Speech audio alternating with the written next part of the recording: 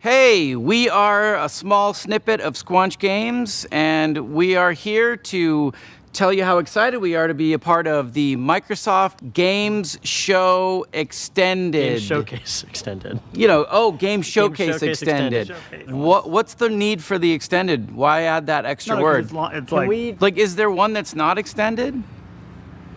And that's why? We're getting nods. There is a not extended one, okay. And that one's just called without the extended. So that's just called there's the normal one. I know what this is. Yeah. Well, hey, look, we're happy to be a part of it nonetheless.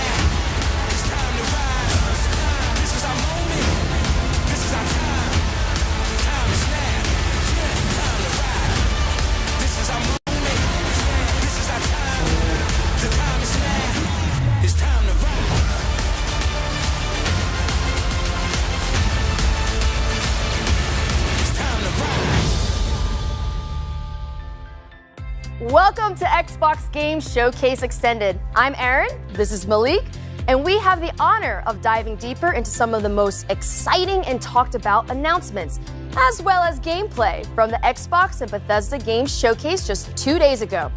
For the first time ever, the entire showcase was focused on games you can play over the next 12 months. That's right, Aaron. You saw world premiere gameplay from Redfall and Starfield, and today we've got Bethesda's own Pete Hines right here to tell us more. You'll hear from the renowned developers behind the brand new Xbox franchise, Our History Untold. Dive into Naraka Bladepoint with our partners at NetEase Games, and so much more. But first, we begin with a special look at how our fans got to celebrate the Xbox and Bethesda Games Showcase with a message from our very own Phil Spencer.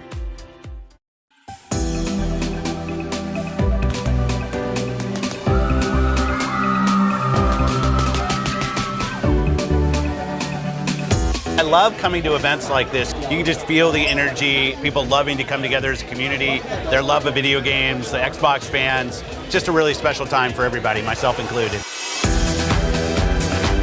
Gaming has this unique ability to bring people together, whether it's saving the world from the aliens or winning a football game. It's so great. I love hearing from people, what did you like in the show? Those conversations with people that are here about areas that they like and areas they wish we would do more, I think that's something that drives us. You saw it in the show today. People said, we want to see more gameplay, and so we said, okay, great, you're going to see a ton of gameplay. Yeah, I think this is our biggest lineup ever in terms of just diversity of different kinds of games from different kinds of teams, different genres. There's some franchises, Japanese franchises, don't always come to Xbox. We've been working on that. Today we obviously had Persona. It's important to us. We not only have all the games coming from our internal studios, but also great independent game developers that we work with around the world. So could not be more excited for what we're doing with Kojima. And he's got this really great idea for a game. And I want to be clear, because I know we say like experience and stuff. He's building a video game, but he has this real unique things that he wants to do in the game. And we said, okay, let's go do something together. And I'm just really proud to be in an industry that can be part of so many people coming together.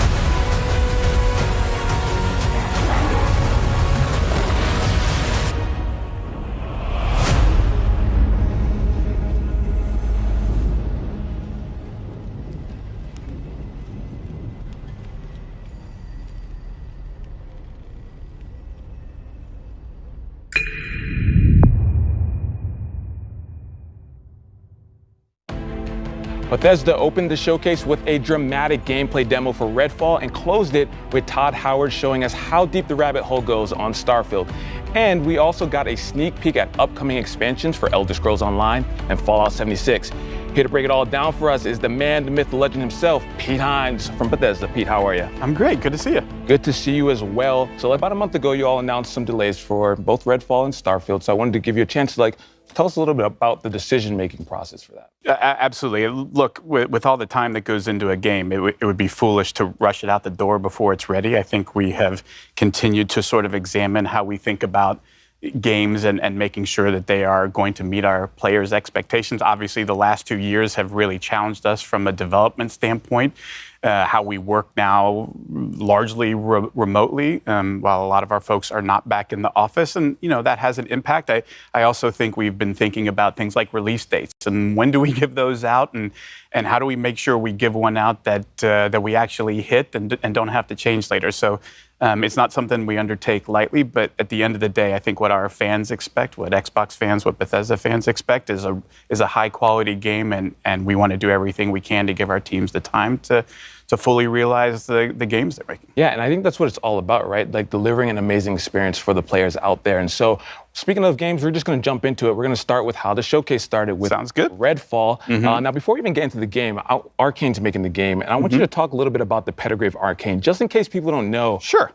These folks over there, they're doing their thing. Arcane Studios is known for really amazing, immersive sims. They do any number of things. If you play games of theirs, Dishonored 2, Prey, there's a lot of common threads you'll find in them. They create really amazing, believable worlds. I think that's a big part of their game is when you're in Dunwall or you're up on a space station in Prey, that it feels believable. There's a reason why things are the way they are. They're also a big believers in systems-based as opposed to scripted. So they really embrace player freedom and sort of giving players the tools to decide, you figure out how you want to complete this mission or get through this area. We're not going to tell you how. We're just going to give you tools and then give you the freedom to go and do. But, there's great characters and interesting story. They bring a lot of different elements and then really let the player create the experience they want. And that's what it's all about. Gamers have taken many games and made it their own. And I think the fact that Arcane is making the game with that in mind is super important. Now,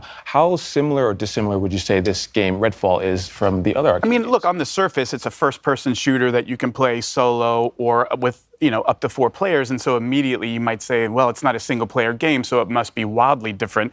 And don't get me wrong, there's absolutely ways in which it is different. But I think when folks play the game, and even when they see more of the game, I think they'll start to see all of those things about an Arcane game that they love and appreciate. Why it's won multiple Action Game of the Year awards for Dishonored 2, is their ability to bring all of those things together, really high level of polish and let folks experience it. And so I think all of those things we talked about. If you want to play a game by yourself and get a great arcane story, you can absolutely do that in Redfall. But you can also do things that you haven't been able to do in an arcane game, like experience it with friends and find out sort of how the whole can become greater than the sum of the parts, like playing it off of each character's abilities. You saw some of that in the demo that we showed.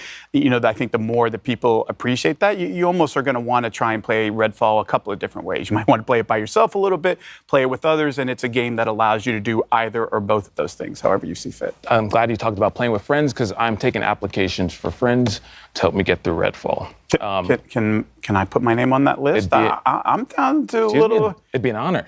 Pete. Keep me on that list. All right, we need to go explore Redfall together. I'm excited. I can't wait for that. And so let's talk a little bit more about the game. Now, between the trailer that we saw last year at the reveal, as well as this one that we just saw, I feel like Redfall reminded players of other co-op shooters, like Left 4 Dead, for example. What makes Redfall unique?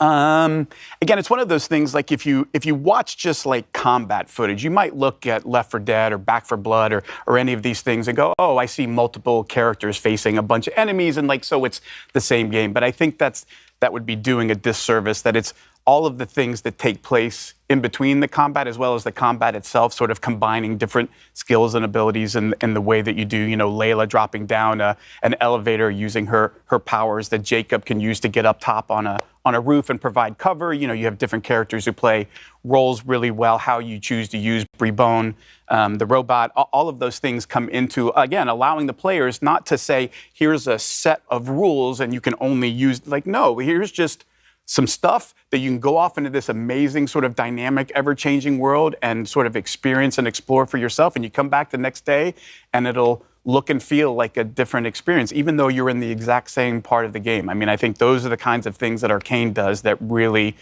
bring that sort of extra special element that makes their game so compelling. Yeah, compelling and fresh. So I'm excited for Redfall, and you said it here for everyone to see that we're going to be playing together. So I'm going to hold you to that. Absolutely. You got the proof.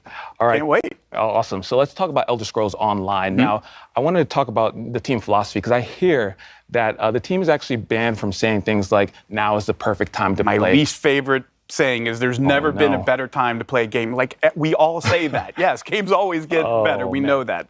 The thing that we love about where Elder Scrolls Online is going is their ability to continually refresh the experience for players, provide new experiences, like going to High Isle, a place they've never been in an Elder Scrolls game. It does a lot of things like story and intrigue. There's a lot of politics in High Isle, different factions and the conflict that's going on there. And again, a way that you can jump in and play by yourself and experience it by yourself, even though it's an MMO. But the real special sauce of Elder Scrolls Online is our amazing community. They're so welcoming. They're so helpful. If you need a little bit of help, if you need a lot of help, they're there for you. They're there for you to help explain, to make sure you have a fun experience. And honestly, like, that is such a huge part for an online game of creating an environment where anybody, no matter whether you just started playing or you've been playing for 8 years, can have a good experience, no matter how you decide to engage with it. I love that you mentioned that. Community is as you mentioned, is such a huge part of any online game. And so for players who may not have played Elder Scrolls, who are, like you said, looking to jump in,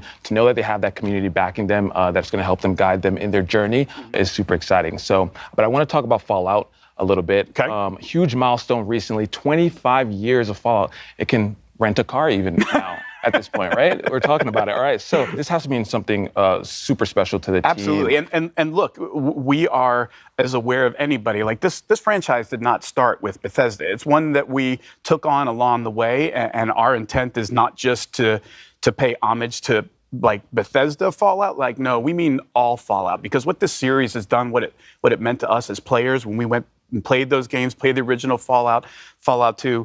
And then what the franchise has become, and sort of growing and finding an even, a new audience with Fallout 3, Fallout 4, Fallout New Vegas, Fallout 76 is something we really want to celebrate. And honestly, what's going on in Fallout 76 with the pit and your ability to continue to push the boundaries in an online game of story and meaningful player choice, and as you're going along, making decisions that kind of matter and have a real impact, I think is important in the evolution of Fallout 76. And just honestly, how far that game has come from its launch. Like, we're keenly aware of how that launch went, but we are also keenly aware of the incredible amount of effort and dedication from all of our teams across Bethesda to say, like, we believe in this thing and we want to give the fans more of what they want and the kind of experiences that they want. And where Fallout 76 is now is truly remarkable when you go back and look at sort of where we were and how far we've come, and honestly, how much cool stuff is in store in the pit. It's going to be super fun.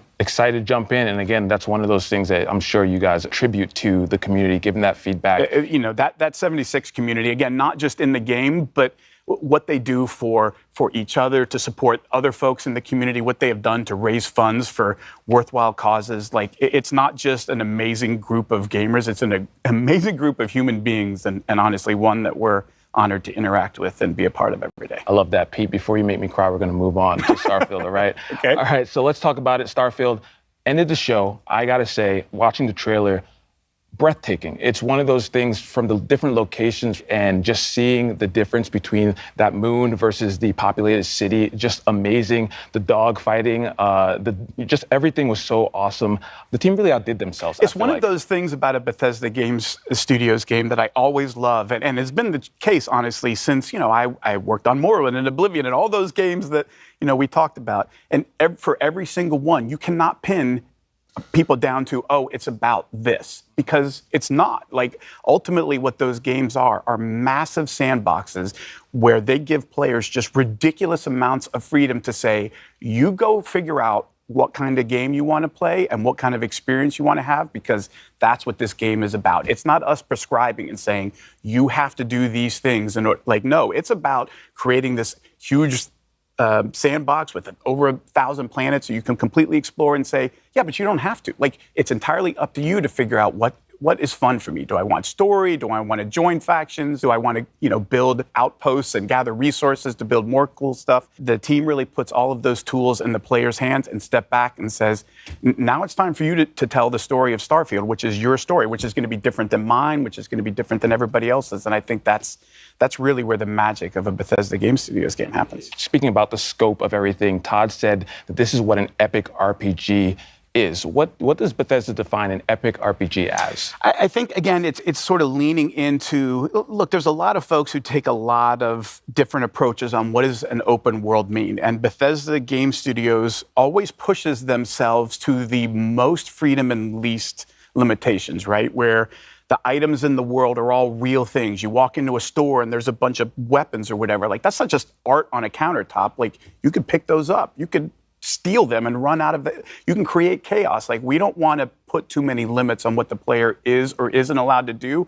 We love it when players say, I wonder what happens if, and then they try it. And then they get to see, like, oh my Lord, chaos ensued and it was insanity. Everybody was shooting at me. And, like, that's, I think, the beauty of Bethesda Game Studios and the number of ways that they push for you to explore that, right? It's not just one, it's you could spend thousands of hours doing nothing but shipbuilding and, like, focus that as all you're about, and that's okay. But you could also be about exploring every planet and finding all of the good, and that's okay. Or you could just play the main story and be like, I want a kind of experience that I'm guided through so that I kind of get to see stuff, and I might stop here and there. Oh, there's a cool side quest that I got, but I want something that sort of leads me through, because I'm a little, it can be a little daunting to say you can go do whatever I want. Like, ooh, I don't know what I should do. So some folks want a little bit of a guided path or to understand where the fun is, and no approach is wrong. Like, for me, that's epic, because it says we aren't putting any limits on what you can or can't do. We're going to set you loose and just sit back and watch the beauty that you create with your own stories and the way that you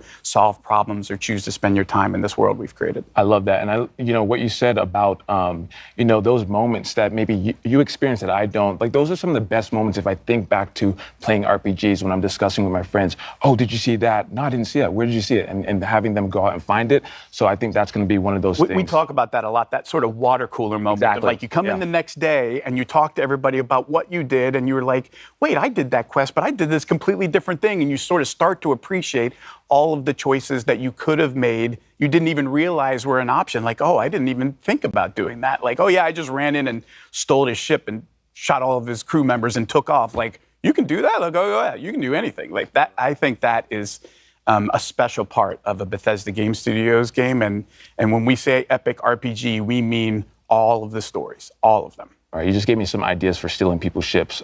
So I appreciate that. That's going to be top on the list to do in Starfield. Now, we saw quite a bit of combat and action in the game. That seems to also be, in addition to exploring and everything, that seems to be another huge focus of the game. Absolutely. I mean, look, if you look at a game like Skyrim, which, like, everybody's played Skyrim at this point, it can, a combat is a big part of that.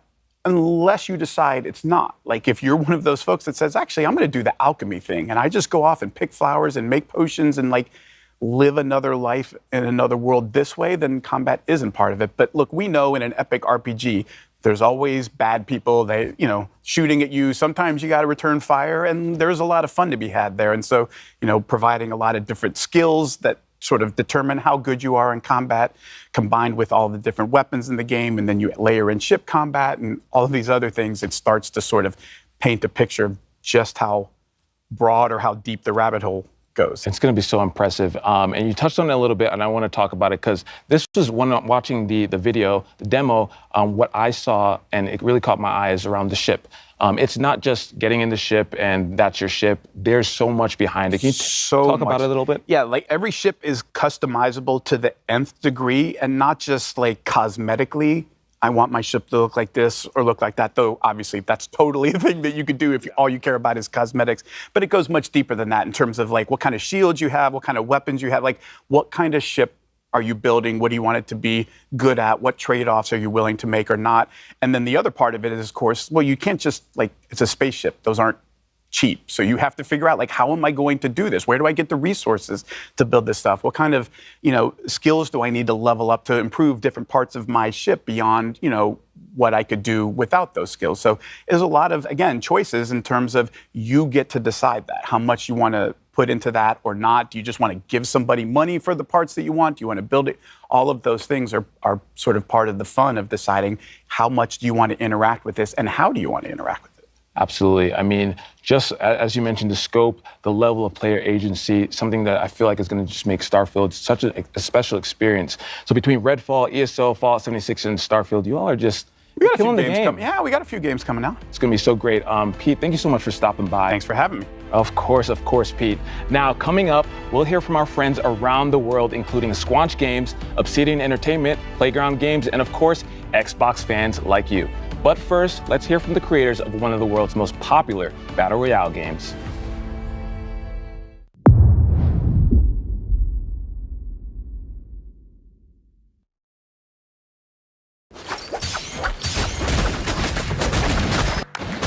大家好，我是永劫无间制作人关磊。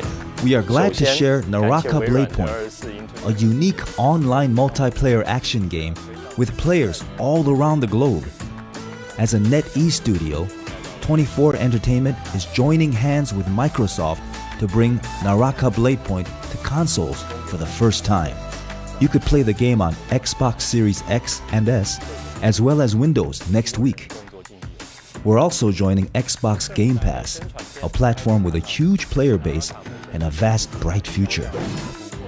Naraka has been so well received on the PC platform. I am so grateful to the players for their love and support. As a competitive survival game incorporating a lot of action elements, Naraka features a range of characters with unique personalities. Each hero draws from different civilizations and cultures. Battles allow for a great degree of strategic play. You've got a wealth of melee and ranged weapons to choose from, and a vast map filled with interactive elements to explore. Perhaps you'll engage your foes in samurai combat, katanas at the ready, or maybe you'll use Persian assassin techniques and strike from afar. With your grappling hook, you can fly between temple walls and across bamboo forests with ease. Beyond solo endeavors, you can also party up with friends and use group tactics to flatten your foes. That's Naraka's underlying design philosophy, that you're unchained and have the freedom to choose how you play. Collect soul jades to change how you play, transform your katana strikes, and make your cannon a weapon of mass destruction. Each hero can be customized too. Whether you want to rush into battle as a berserker warrior or cast fireballs as a sorcerer, the choice is yours. We can't forget to mention our unique face customization system too. You'll never need to worry about running into a doppelganger on the battlefield, because you're able to edit your hero's features to your heart's content. You can even recreate your favorite faces. As we approach Naraka's first launch anniversary, we're introducing a brand new weapon, the Twin Blades, releasing together with the Xbox and Game Pass editions. Twin Blades strike with the speed of a raging tempest and sweeping blows. We've seen similar weapons in other games, but here in Naraka, it comes with a style all its own. Charging up strikes is usually a high-risk, high-reward move. With the Twin Blades, you can charge up while moving and keep your momentum as you unleash a flurry of combos on foes. Since its release, Naraka Bladepoint has launched its own faction clash game mode with Omni's Nightmare and the thrilling limited time mode Shadow Surge. There have been many casual modes to play as well, but our community has eagerly asked for a campaign mode. We're always listening to our player base, and we're happy to announce that the wait is over. Players will see the first chapter of our campaign mode. Form teams of 3 to take on new enemy types and massive bosses. Disarming a boss won't be as easy as disarming another player though. PvP and campaign mode are two entirely different games. Further campaign chapters are also in the works, so we're eager to hear any feedback you have for us. We are also working on an Xbox One version and hope to see more players join Naraka later this year. Naraka is launching on Xbox Series X and S and Windows Store on June 23rd, and it's included with Game Pass at launch day. Now's your chance to dive into the world of Naraka Bladepoint. 快来体验我生无拘吧！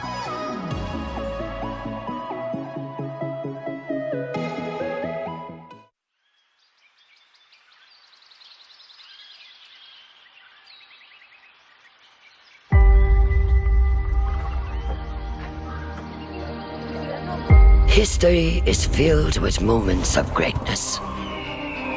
Some well-known, some lost to time. But what about the history that could have been if you were its architect? How would you reshape the world?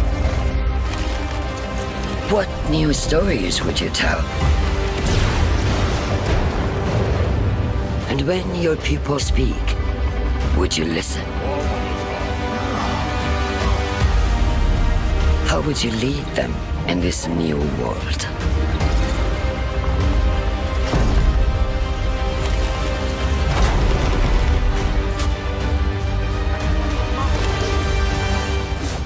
History is filled with moments of greatness, but these will be yours.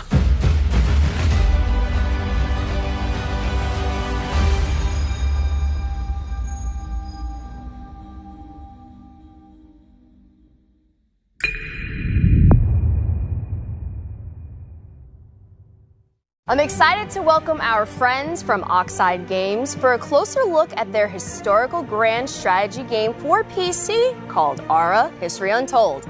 Dan, Michelle, thank you two for joining us today. Thank you for having us. And on behalf of the entire studio, we are really excited to be here and finally be able to talk about Aura. I mean, we all are excited too. You just had the world premiere 2 days ago for Aura. And I have to say, I'm a really, really big history fan. I love me some history, so I've been looking forward to talking to you two about this. Now, we all know this is not your first strategy game, but the vision behind Aura is so ambitious. So tell us more about it. And also for those who are new to Oxide Games, we would love to hear more about the studio as well. So Oxide Games was founded 9.5 years ago in my basement, actually, from the development leads of Civilization V. And our goal is to push strategy games to the next level. And what's really great about working on a new IP is that you don't have kind of these previous expectations that a sequel would have. And so the sky really was the limit, and we got to really take the genre to a new space. And we really hope that not only will fans of strategy games like this, but people who've never played a strategy game before will find something they love as well. You're absolutely taking it to the next level. I think I saw like a drone was in like the 18th century or something like that. It's very, very fascinating. And I think that like if you're someone who really enjoys history, it's bringing like all of the worlds together, all the periods of time together. And that's a grand vision in itself.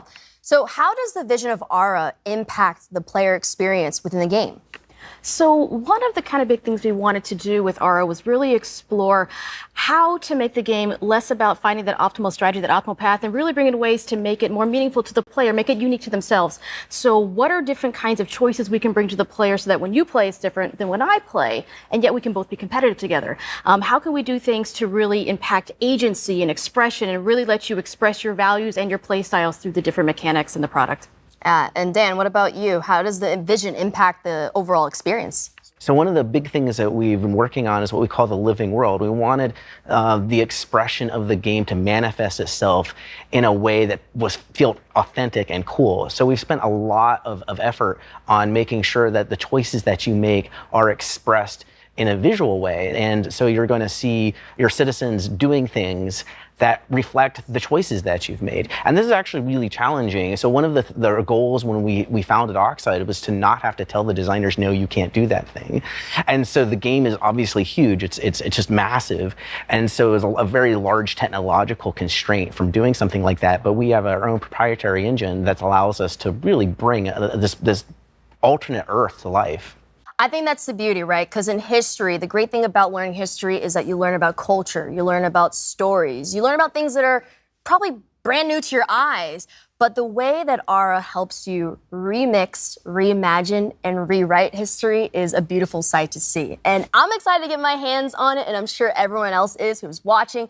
So let us know, where can we learn more about it, and when can we get our hands on it? Because I need it today.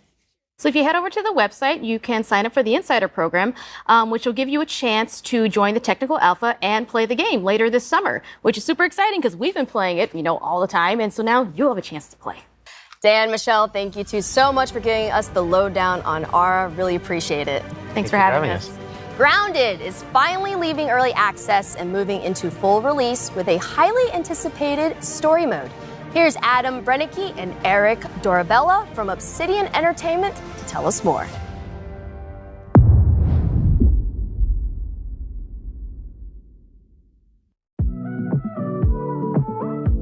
What can players expect from the 1.0 launch of Grounded? The big one, of course, is going to be a complete game, and that means story, right? From beginning to end, you can play through, why are you here? Who put you here? Yeah, exactly. And how are you going to get home? And I think those are like the big questions that people are asking about Grounded.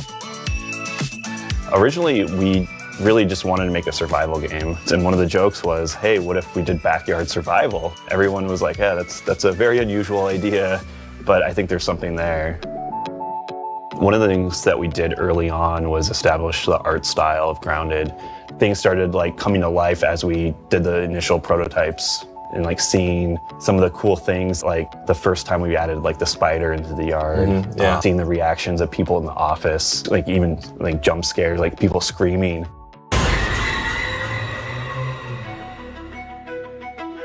The team is very small. It's the smallest team I've ever worked on at Obsidian. I wanted everyone to be able to participate on the design side of things. So I said everyone is a designer on the team.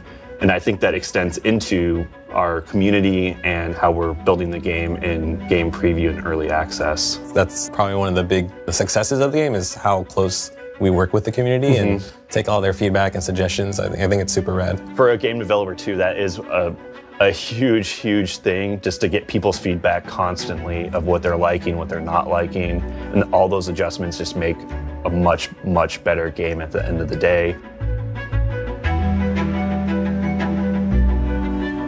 We're at that point now that the yard's getting finished, and now we can play through the story.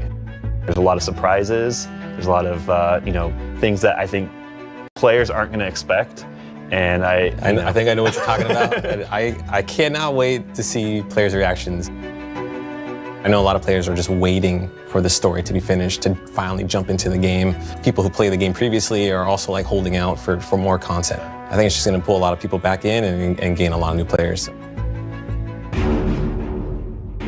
So Adam, we have the Broodmother from last year. It was like our first big boss. And then we came out with a bunch of mini bosses like Termite King and the Assistant Manager. But in this trailer, we're showing players the Mantis. What can they expect from this? So we're super excited to finally show off the Mantis. I know that's been a big ask from players that they want to see a praying mantis in the game. They've been asking for this for a long time. Do we have anything else that the players can get excited about? You know, the Mantis is just a little tease of one of the new boss fights, but there's more to come, right? Like potentially many boss fights that we have planned for the full release of Grounded. There's a lot more secrets and other things to uncover. When we reached 5 million players, that was already super crazy. And then we hit the next milestone of 10 million players still being Xbox. Doubling it, right? Yeah, in Xbox Game Preview Early Access. That just goes to show that we have a fantastic game. Everyone's just so surprised at like how much Grounded has grown. I just hope that players and the community understand how important they are and impactful on this game with us. You know, we're so thankful for everyone's support along the way. It's been an amazing journey, and we're finally almost at the finish line, right? Yeah. And I think we wouldn't be here without our amazing community and all of the fan support. I agree. Best community ever. Yeah.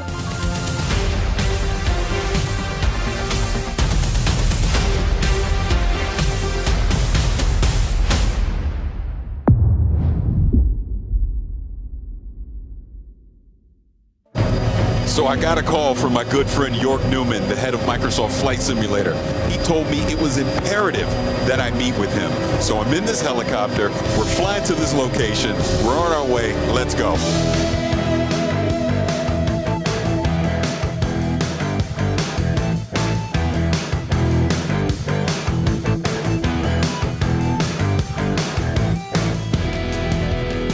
York! Hey, Paris, good to see you. Good to see you. Thanks for coming to DC, man. No, thank you. What am I doing here? Later. Let's get in. We don't have much time. Oh, okay.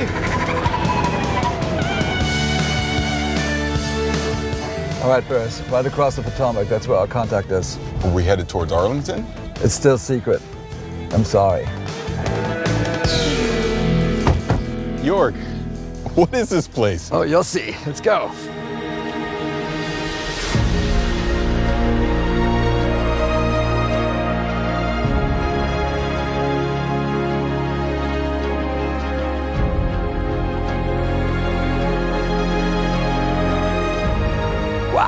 Look at this place. Nick, how's it going? Hello. Paris, I would like to introduce Nick Partridge from the Smithsonian National Air and Space Museum. Thank you for having me. But this makes a lot of sense. I saw during the trailer there was a collaboration between the Smithsonian National Air and Space Museum and Flight Simulator. Here we are at the National Air and Space Museum. So let's talk about that collaboration. Tell me more about that. Well, Jorg and I have been talking for more than a year. He was looking for me, and it turns out I was looking for him to ask the same question, which was, don't you think that our organizations have a lot in common, dedicated to bringing flight to everyone? And I was looking for the Spirit of St. Louis, which is in the Smithsonian ever since 1928. And the Smithsonian was gracious enough. They gave us a millimeter perfect scan, which is what we'll feature in the 40th anniversary edition. But as Nick and I kept talking, it was very clear, you know, the world's foremost museum for air and space, the Smithsonian. Yeah. And Microsoft celebrating its 40th anniversary. It's a match made in heaven, and there's lots of things we can do. Yeah, authenticity, accuracy, access, it's all there. We're hoping that if everyone has as much fun in the community with the content that we initially collaborated on, a couple of our most historic aircraft, and some of the other aircraft in this center are already in the simulator, maybe we can jump in with both feet and do more in the years to come. Maybe even, who knows, we'll go crazy. We'll put the space shuttle in there. Oh, that sounds amazing.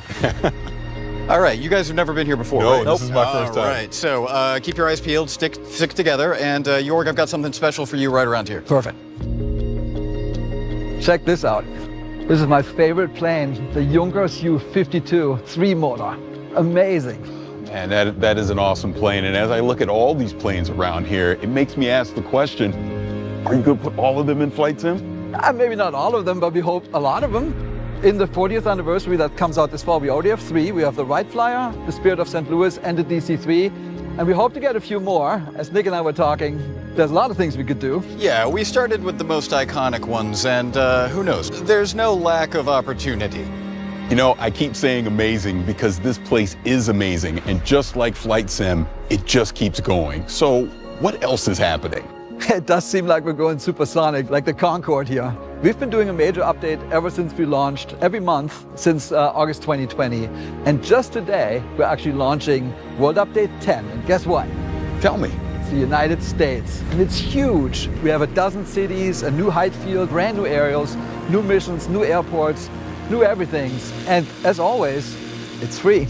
And check out this beauty. This is the Beechcraft Model 18. They call it the Twin Beach. It's a famous plane, and that's also launching today. And it's a great coincidence. It's actually a huge coincidence. Jorg's been working on that Beechcraft since before we met, but it's a great example of how much we already had in common. So Jorg, what can we expect the rest of the year from Flight Sim? We have a ton of great things coming up. So today is World Update 10. We have 2 more World Updates, one in August and one in October.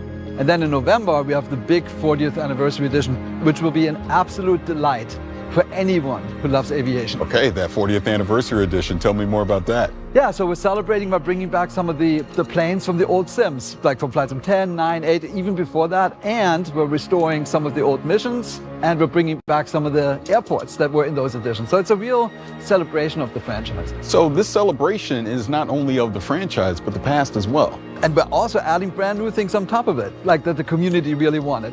For example, helicopters. Sobo wrote a brand new fluid dynamic system to make all that work. And then we're adding gliders, which is a completely different way to experience the planet. It's just you and the wind. Right.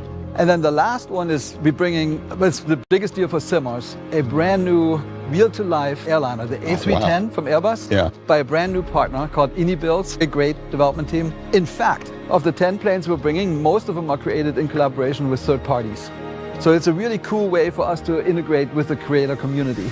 Now, how do I get this? If you're on Game Pass, if you already own Flight Sim, the 40th anniversary edition is a free upgrade. This has just been an incredible experience, seeing all these planes and going through the history and everything that's coming to Flight Simulator. I mean, thank you so much. Thanks for coming to DC. Paris, thank you, Nick, for the great collaboration with the Smithsonian and for kicking off the 40th anniversary edition of Flight Sim. It's been wonderful. Thank you so much. Yeah, thank you.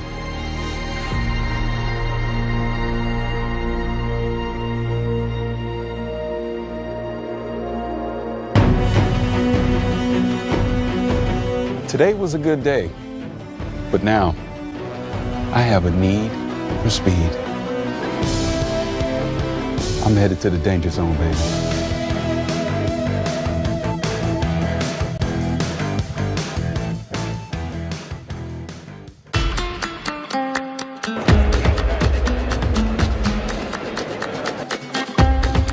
Estamos aquí para disfrutar del mejor día de mi vida, el día de la Xbox, que estoy muy emocionado.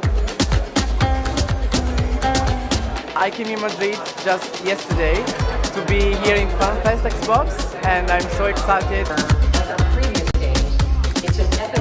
Estamos aquí en Madrid para ver nuevos juegos como Starfield, que yo personalmente le tengo muchísimas ganas. Me ha encantado y no me lo podía perder, este es un evento único.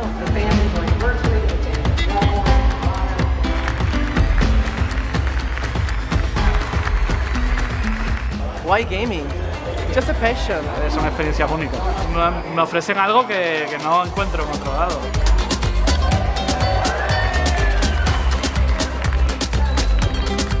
Lo que te digo, es como una familia para mí. Me ha parecido genial y un cierre para un evento así, maravilloso. Just the passion that people have. I feel very welcome.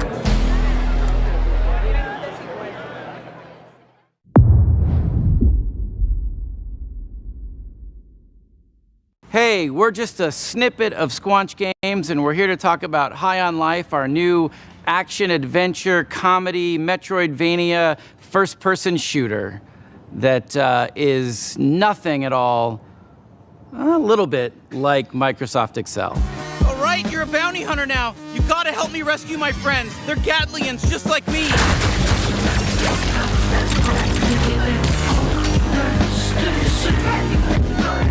That's our game, High on Life, pretty insane. There's a lot to talk about. Let's dive in. So Justin, you're typically known for working in animation. What brings you into the world of games? Why are you in the world of games? I'm obsessed with games, have been my whole life. Always had ideas, always had, things I would love to make, but just never thought I could ever step into that arena because I lack all the skills needed. You don't know how games work. Other than like creative direction, creative ideas, like other than that, I lack all the skills to execute. But that's why, that's part of why you want to start Squanch, right? Is like to be able to have an idea like that and let it grow to something amazing. And to be able to be creatively free. I wanted to make games that I wanted to play. And that was sort of the spark that just lit the fire of Squanch Games. And then we shipped Trover and we shipped Accounting Plus, and now we're on this absolutely dream game. This is like our real legit swing at like a proper, like we're indie, but like this is like our AAA, or is it triple I for indie? We're triple I. Yeah, this is a triple I game. So the story of our game mostly follows like Earth being invaded by this evil criminal cartel of aliens who come in and kidnap humans and start selling them on the black market like they're drugs. And you're the one human who has to team up with a talking gun and stop them. And when you select a cartel leader that you're gonna go after, like it opens the portal door to that world that they're in. Eric, can you tell us a little bit about the worlds of the game, the art style of the game, the visuals? Yeah. So we spent a lot of time kind of constructing and creating these awesome alien worlds. Myself and Mikey Spano, who is our art director, him and I worked like a ton on the sort of art direction of the game. He really kind of landed in this space, which was kind of Blade Runner meets the Muppets. So we're trying to capture that feeling with all of our characters, especially our aliens. And then each world is its own kind of unique flavor, right? I think some of the ideas came from very kind of core thoughts. Like we want to have an awesome alien, like drug-dense spa on an asteroid. And yeah, what makes me really excited is the sort of really clear and like it's almost deceivingly simple narrative, right? Save the Earth, humans or drugs, talking guns. Ta-da. So Alec, who are the guns? What's their deal? The guns are these talking alien Gatlians. They're all shaped somewhat like a gun you'd find on Earth, but they've evolved to be just gun-like in their own way. And so this race of Gatlians each has their own unique personality, their unique set of abilities, and you're gonna be rescuing them from this evil alien cartel, and together, you gotta stop the bad guys. And get more Gatlians. Yeah, collect more Gatlians. Yeah, a lot of players are gonna have very different experiences depending on what gun they favor. Yeah, you kind of pick your favorite companion to have out a lot and hear their dialogue, be part of different dialogue scenes and stuff. Yeah. Look at us, blasting away! And sometimes you can unlock the guns in a different order than another player has. So when you go back through a level, you'll see things that you would have been able to access if you'd done it in the other order. That's you can come back. That's a huge one. All right, so we've talked about this crazy good game that sounds amazing. Why should people be excited to play it? As a studio, we are attempting to bring A-level adult comedy into video games. Something I love about Squanch is we would put a lot of effort into things that a lot of other studios wouldn't even bother with, like a single small joke that 5 players might find. Well, okay, now I can. I love that stuff. I love like edge casing and like what makes you remember a game. Yeah, like if a player's trying to break the game in a certain way and then you have an answer for that for them, that is like such a memorable and amazing moment. It's almost like watching TV, but the viewer is able to reach into the TV and poke a thing, and the character has to respond to that. And there's so much fun to be had for the most part. You can skip it all. We worked really hard on it if you want to skip it. Yeah, if you want to just like miss out on like, Yeah, if you're like a big dummy and you don't want to play the game at all, that's fine. We're not going to judge you. We're just going to be upset.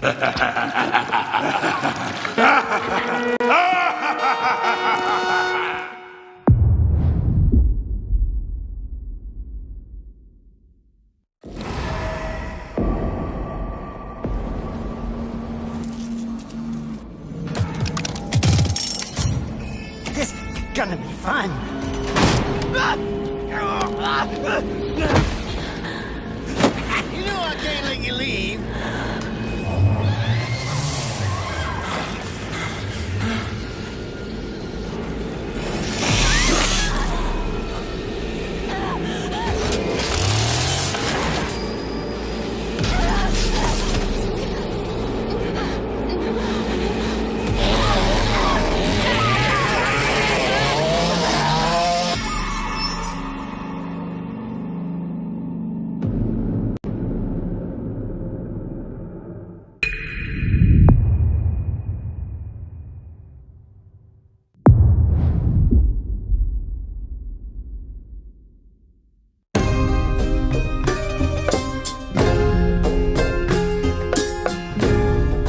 Pentiment is a narrative adventure game set in 16th century Bavaria, which is part of the Holy Roman Empire. You play a character named Andreas Mahler, who is an artist working at a Benedictine abbey. He gets involved in a series of murders and scandals and tries to unravel them over a period of about 25 years. The name Pentiment, it is specifically referring to paintings in which there's an older painting underneath the painting that you see on the top. And if you scrape away the top layer, you see what was left behind. This has a bunch of significance. Obviously, you're playing a painter, but also it has a lot of significance to the idea of history kind of being covered and uncovered over time.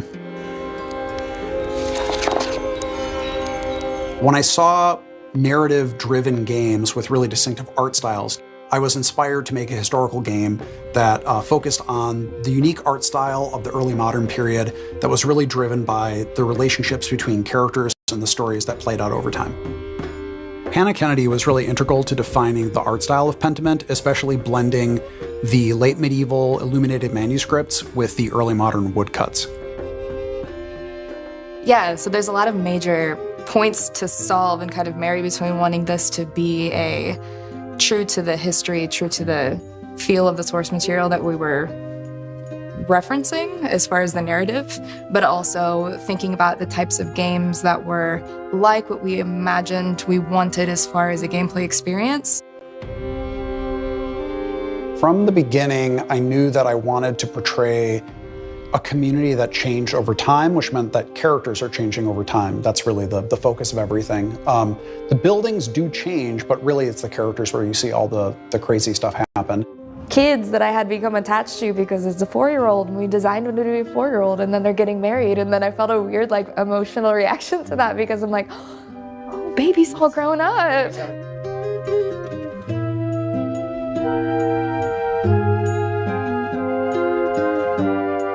I think the 16th century has always been really interesting to me because it was a time of such social upheaval in Europe.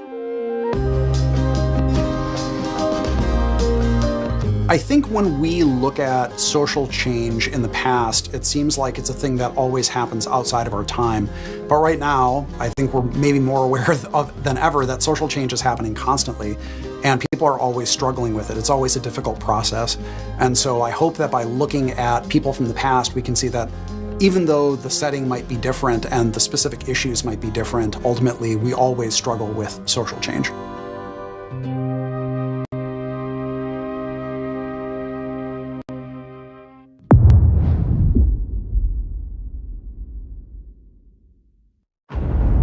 He's putting on his bandana. All right, let's do crime.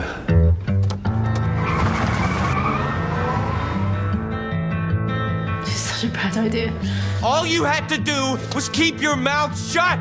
I'm gonna override this. Is your life mission to cause harm? Yeah. This is my favorite shot of the whole game, this one. With As Dusk Falls, what we're trying to do is to make a brilliant interactive experience for anyone who loves brilliant storytelling. So people who enjoy films, people who enjoy TV series. It's also a social experience and about sharing these stories with the people you love. I think we should stick to the plan. Yeah, stick to the plan. I took my inspiration from TV shows, prestige shows like, Breaking Bad, Fargo. I really love Dog Day Afternoon. It's such a wonderful setup. You try that again, and every last one of them leaves in a body bag!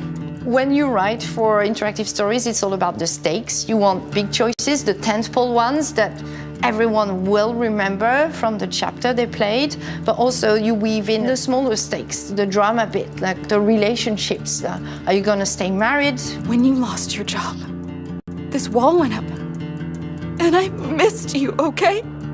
The game deals with very mature themes that you don't normally find in a video game. It really gives you agency over characters that are relatable, that are familiar to you. It's like an interactive story, but with the power of video game behind it. I only gotta yell and my brothers will come. Now hold your horses, young man. I think you should at least listen to what I have to say. In the first book, it's mainly structured around a hostage situation in a motel in the middle of the desert in Arizona, so it's a pressure cooker. You want your wife to live? Answer and do exactly what I say. book 2 takes another approach entirely, and it's a chase across multiple states in the US. There's nowhere else to run. As Dusk Falls is an interactive show, but the important part here is the word interactive. The players are very much needed to help the character on their journey and decide what's going to happen to them, help them grow and change. It's not like there's one golden path. There's so many different ways through the story. You can replay it, and then you get to like different story and different ending, and you feel like you're actually achieving something and shaping the story and also the character. Some of your true self comes out into that thinking. No, what would you do? I'll try to, yeah. And at the end of the game, when you play, we tell you about your playstyle, and it reveals something about the player themselves, their values, and the way they interact with the others that they played with. I think for me, one of the really important things was that this art style could tell lots of different types of stories. We want to take really beautiful, sort of subtle facial performances, really strong dramatic moments, and just really represent that such that every frame is a painting. It's a single player and multiplayer experience, so 1 to 8 players. Because we wanted to draw in people who weren't necessarily gamers. Gamers are going to love this game as well because it's a very mature, in-depth story. But this game really taps into your life skills rather than your gamer skills, puts everyone on a level playing field. You did well there, that is a ferocious job. I did it! You share the same character, you discuss, you make decisions, and majority wins. It's like each player is like a voice in the character head. Are you taking the money this time? I am definitely not. Take the cash. It's been a massive journey, and I can't believe we're just like so close, touching distance to this game. Yeah, I'm gonna miss it when it's done.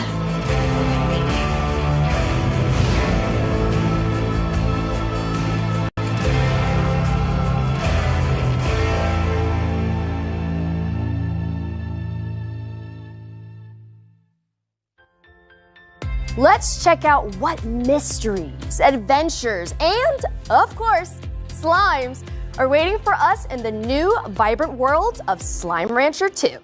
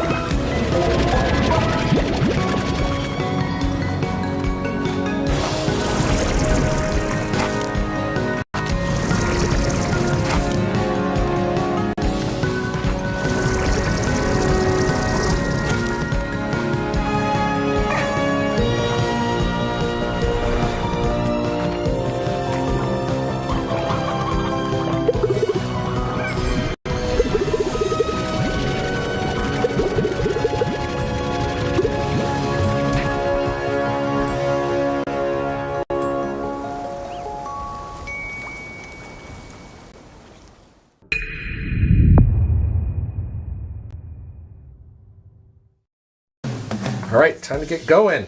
First trip in a while. Put this in here. Australia. Passport. I need a passport. Where's my passport? Passport.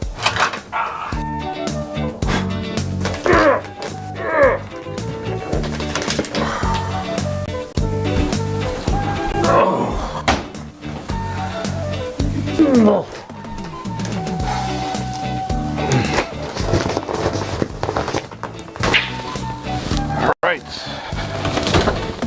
Where's my Uber? All right, let's go.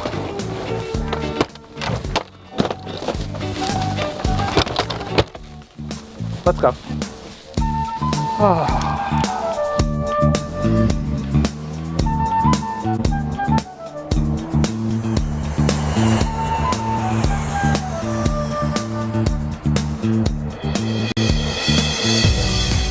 Welcome back to Melbourne. It is so great to be here in person. Get ready for the showcase.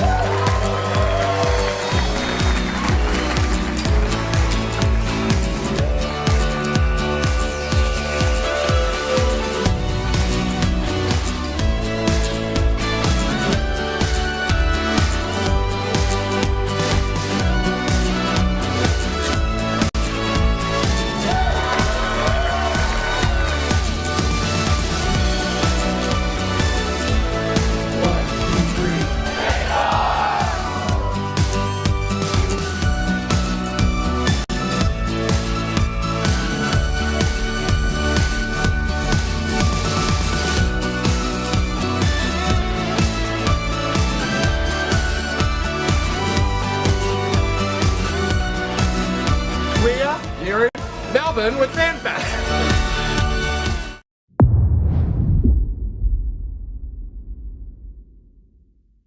We are so excited to tell you all about Forza Horizon 5 Hot Wheels, the first expansion for Forza Horizon 5. So Mike, let's start with why the team decided to bring Hot Wheels to Forza Horizon 5's Mexico. Our fans have been telling us for years about how much they loved Forza Horizon 3's Hot Wheels expansion. So we've been waiting for the right time to bring everyone another Hot Wheels adventure. Forza Horizon 5 presented the perfect opportunity to bring Hot Wheels to life like never before with the power of the Xbox Series X and S. It really does sound like the perfect time for Forza Horizon and Hot Wheels. So I'm wondering if you can tell us a little bit more about what to expect being in the clouds of Mexico this time. Yes, you travel to the clouds above Mexico to visit the Hot Wheels Park, which is comprised of over 200 kilometers of the fastest, most extreme tracks yet. Once there, you'll join the Hot Wheels Academy and set out to take on Forza Horizon's most extreme racing yet and prove yourself a Hot Wheels legend. Let's go. As well as the iconic orange Hot Wheels track, you'll take on new driving experiences across gravity-defying magnet tracks, as well as ice, water flume, and rumble tracks. So we spoke loads about biomes in the build-up to Forza Horizon 5's launch. Are we expecting something similar in Forza Horizon 5 Hot Wheels as well? Yes, so we're truly going to see the power of the Xbox Series X and S when we look at Forza Horizon 5 Hot Wheels' all new biomes. The amount of detail and diversity that we can pack into the 4 new biomes is breathtaking. We have the rugged Giants Canyon, where you'll hear the growl of your engine bouncing back off the intricately detailed rock formations. The Ice Cauldron, where frozen tundra drips into the glistening molten lava. In Forest Falls, you'll see a tree canopy towering over epic waterfalls. And finally, the visually stunning and exhilarating Horizon Nexus, where the Horizon Festival is suspended among a web of Hot Wheels tracks. And there's more, because new players can jump into Forza Horizon 5 Hot Wheels as early as possible during the main game's initial experience. And how are people going to be able to use Event Lab in Forza Horizon 5 Hot Wheels? So in Event Lab, you'll have the freedom to design, build, and share using the new Hot Wheels Creation Kit. That's over 80 new track and stunt pieces that instantly snap together thanks to our new building tools. You can then share your creations with the entire community for players to discover and play. We are anticipating our community building an ever-evolving catalogue of new player-created Hot Wheels events that everyone will enjoy. They all sound absolutely incredible, Mike, but I'm going to ask you the most important question in the room. Can you tell me a bit more about the cars? Yes, so we have 10 new amazing cars coming to the pack, including 4 new Hot Wheels cars, which have been scaled up to real-life proportions. We have the Diora 2, the Bad to the Blade, the Baja Bone Shaker, and the Chevrolet Hot Wheels Copo Camaro.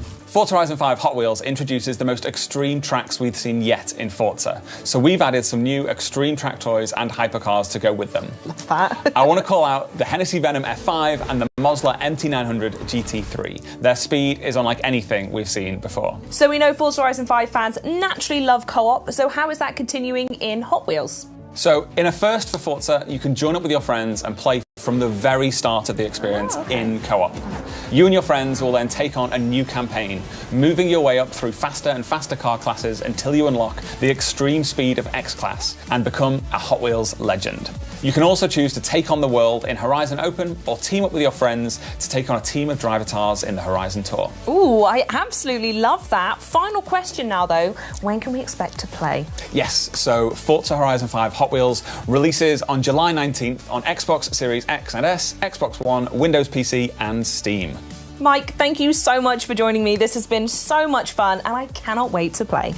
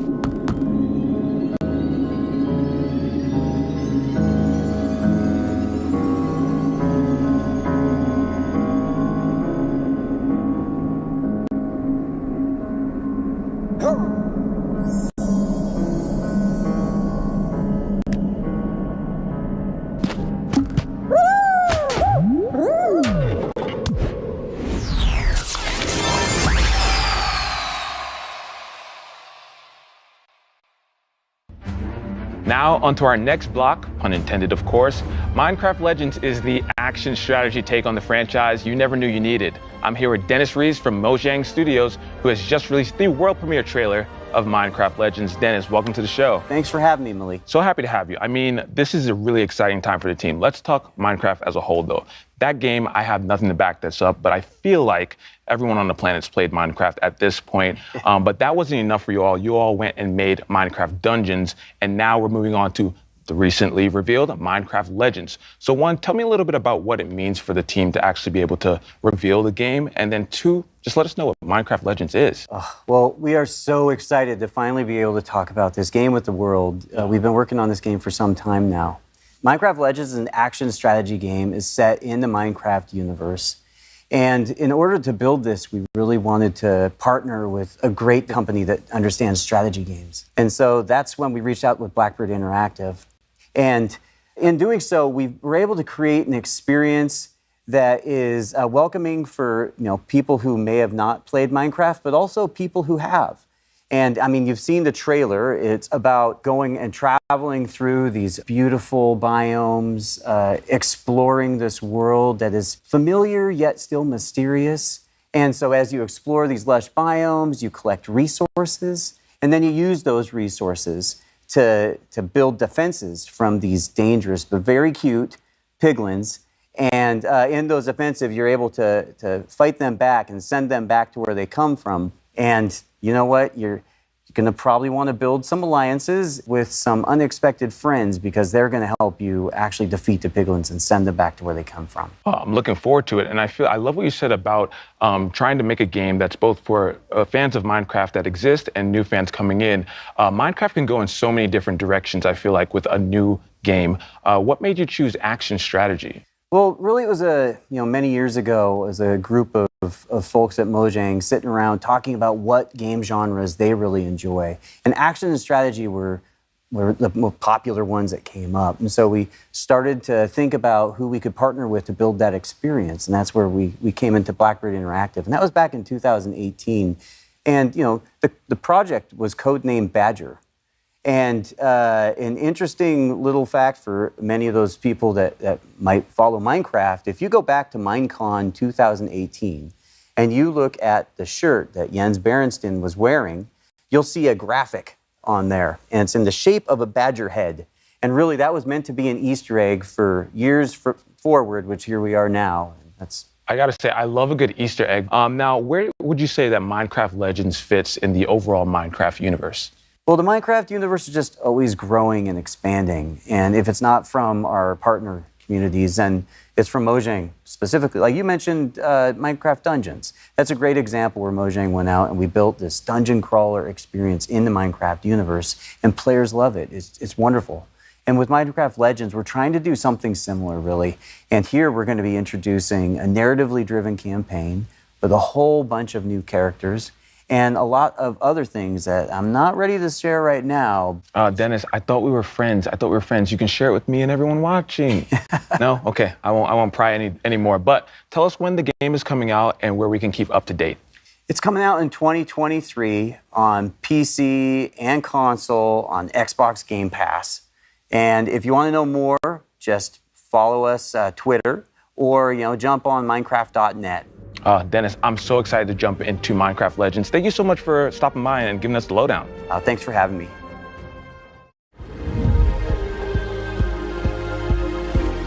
What up, everybody? It's your boy Kirsten, aka K Von Doom, and we're here at Xbox Fan Fest. We got a whole lot for y'all to check out, so let's get it in.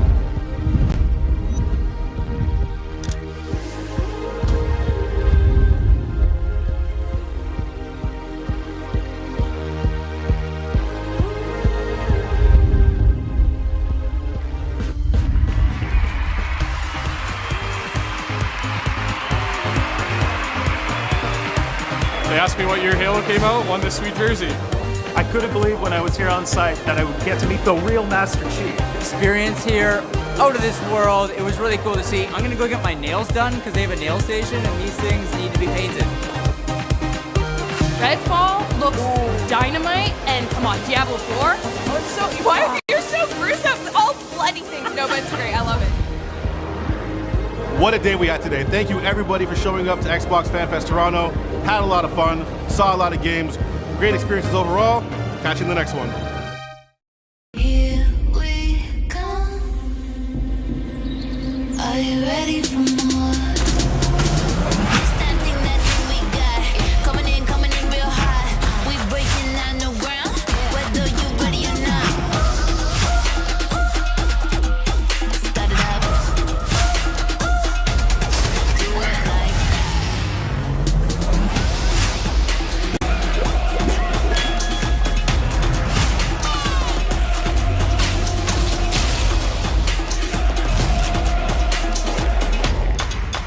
Go. We coming up next. Yeah, watch this.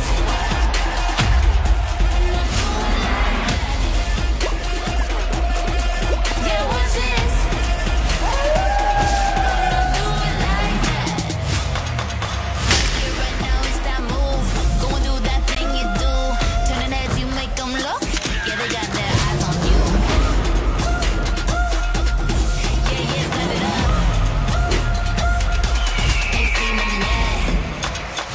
Go. We coming up next. Yeah, watch this. Do it like that. Yeah, watch this. Do it like that. Do it like that. I'm joined now by Sarah Bond, who leads the gaming ecosystem organization here at Xbox. Sarah, it's so great to have you. It is awesome to be here and so good to see you too. Yes, I'm super excited for this conversation because as we know, game creators are crucial to Xbox's success. And whenever you talk about them, it's with such passion and tenacity. I love it. And it sounds super important to you and the rest of Team Xbox. So my question to you is, how do creators inspire the work that you and your team do? The creators are just the bedrock of everything we do on my team. You know, when you really think about it, where gaming really comes from is it starts with someone who has a creative idea that they choose to put into a game that we all get to experience and enjoy. And that's really the bedrock of our industry, of what motivates us, is to help those people, those developers, bring their stories out. And we think about it in three ways. You know, how do we create a vibrant and engaging gamer community for them to come to through Xbox? What are the set of tools and services that we give them that make it easier and faster and more affordable for them to make a game? And how do we create a range of business models that they can use? Because a business model really enables them to perform all sorts of different types of innovation.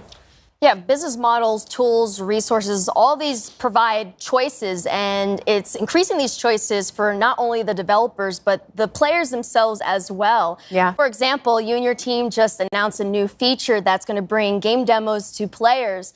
Can you tell us a little bit more about Project Moorcroft? Project Moorcroft. I know. I love these project names. I wish they would just let me name it, but they just won't. Say it. I know. No. They won't. Can we change that? Well, look, we were sitting around as a team and we were thinking about some of the things that we've always loved the most about the gaming industry. And one of them was, remember when you would go to like a show like PAX or E3, and you would go to the show floor and you get to play a demo or a piece of a game, and the developer would be right there next to you, talking to you about their experience, asking you to try things out, asking you your feedback. And that was one of the things I loved the most about those experiences. We just don't have them as much anymore, you know, in the way that the world has evolved. And so we thought, gosh, how can we make Game Pass like that? Like, how can we use the power of Game Pass and all of the great discovery and player engagement that is in it and have it create for creators that opportunity to engage with fans early as they're creating their game, and also for players to get to experience something that they're really anticipating. And so that's what we're going to do. We're actually going to have a program that enables developers to take a piece, a level of their game, and put it into Game Pass so that they can get that great feedback and players can engage with them. And we know it's a lot of work sometimes for developers to do that, so we're also going to compensate them for their participation in the program. And I'm so excited for what's going to come when we launch that. I think the one thing that we all miss is that connection, right? And now that we are able to come back into conferences and stuff like that, we still need to deepen it, because by deepening that connection, you're diversifying the voices, and then that in return helps to diversify the games and bring diversity into games. Completely. So how will Microsoft help to further that front? Yeah, we think about it all the time, frankly, as Microsoft, as Xbox, in my team in particular, because creators is core to everything we do. You know, if you think about a game, it enables you to experience a perspective, a point of view, in a way that is deep and immersive, unlike any other form of media. So the importance of everyone having an equal opportunity to share their story and their perspective through a game, and what it means to shaping our perceptions, to what we talk about, to what we believe, to broadening our perspectives, is critical. And we think about that all the time. So what we've done as a team is we're continuing to expand the set of developers who we're engaging with and bringing them into the Xbox ecosystem. We've actually more than doubled the number of developers that are making games for Xbox. And we saw lots of those games in the last day, which has been pretty cool.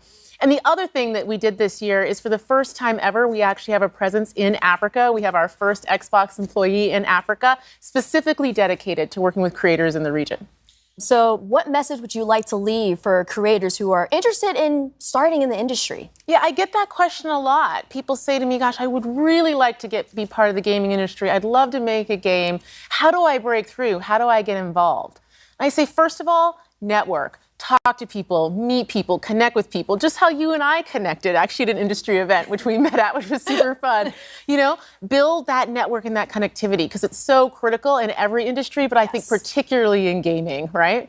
You know, go to industry conferences like GDC, meet people, learn. Try that out. And if you're interested in making a game for Xbox, you can actually go to github.com. You can actually download the Xbox Game Developer Kit and get started.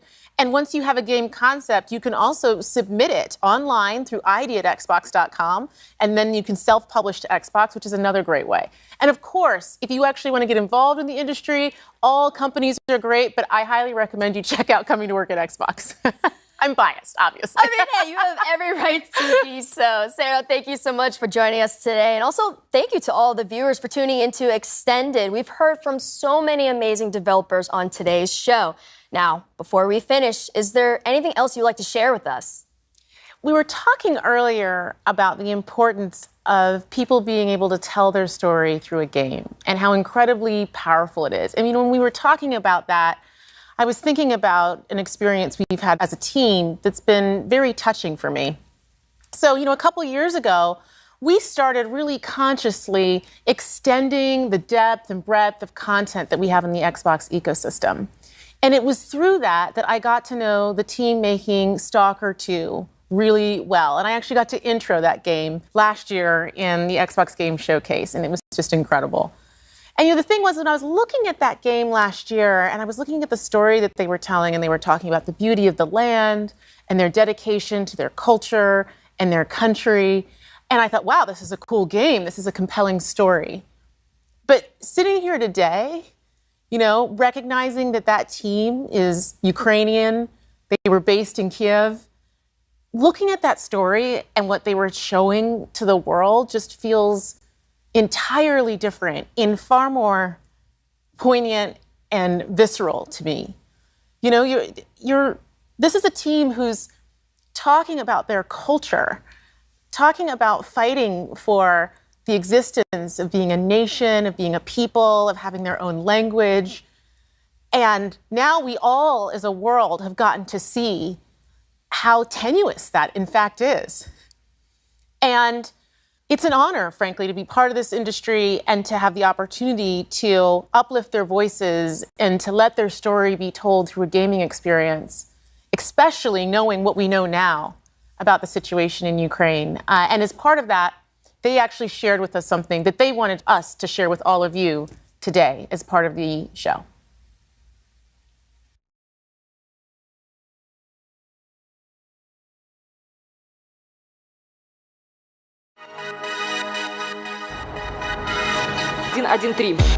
Есть.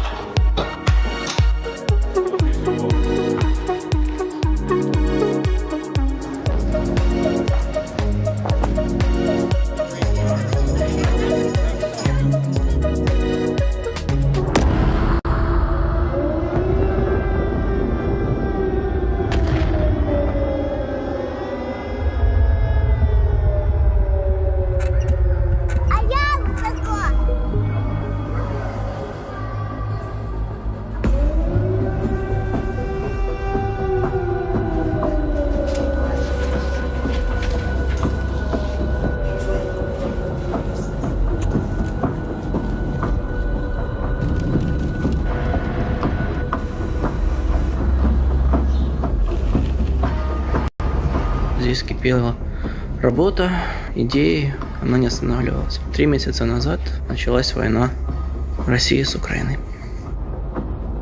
Шок-код, рабочий день начинается с тревоги. Під час сильних обстрілів ми біжимо в укриття. Це переноска для мого кота, який загинув ще в перший тиждень війни. Ходишь вечером, сирена, выходишь днем, сирена. Днем еще работать надо, поэтому особо не выйдешь, а вечером все время вот так. Це моє робоче місце. Вже 3-й місяць я живу і працюю в коридорі. Зі мною живе одноокий пес, врятований з-під обстрілу в Гостомелі. Зараз мені важко писати квести про війну, коли вона йде навколо. Так працює в переривах між сиренами і волонтерськими задачами. Світ ще побачить, наскільки в нас класна культура і в тому числі, наскільки класні ігри ми можемо робити. Меня зовут Александр, я являюсь сотрудником компании ЖСК. Я с Мариуполя. С начала боевых действий была потеряна связь с моими родными и близкими. И это непередаваемое, ужасное чувство, когда ты не знаешь, живы они или нет. Я Дмитро Ясенєв, розробник Сталкера. Ніколи не міг уявити, що в 21 столітті в центрі Європи може статися повномасштабна війна. Я Олексій Іванов, ком'юніті-менеджер проекту Stalker 2. Зі зброєю в руках захищаю свою країну від російської агресії. Привіт, я Макс. Наративний дизайнер гри Stalker 2. Після перемоги я до неї повернуся. Побачимось на релізі. Слава Україні!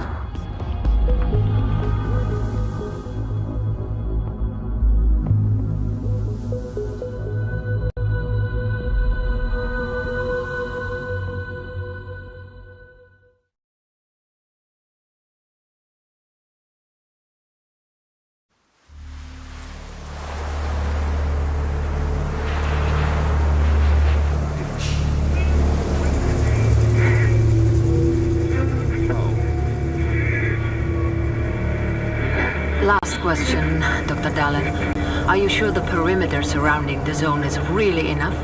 If a powerful emission were to occur, we would... Listen, the zone has remained stable for years. Besides, we didn't establish the most advanced institution in human history without first guaranteeing its safety. As the head of the Scientific Institute for Research of the Chernobyl area, or CIRCA for short, I believe the wonders that we will bring to the world far outweigh the potential risks. How big are these risks exactly?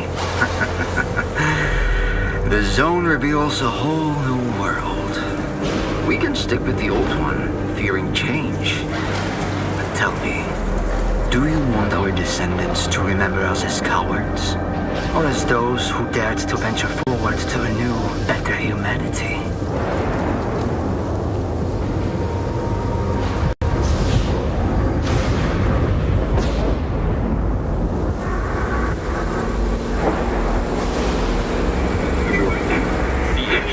Evacuated. I remind our listeners that a similar incident happened in our region quite recently, ruining homes and livelihoods.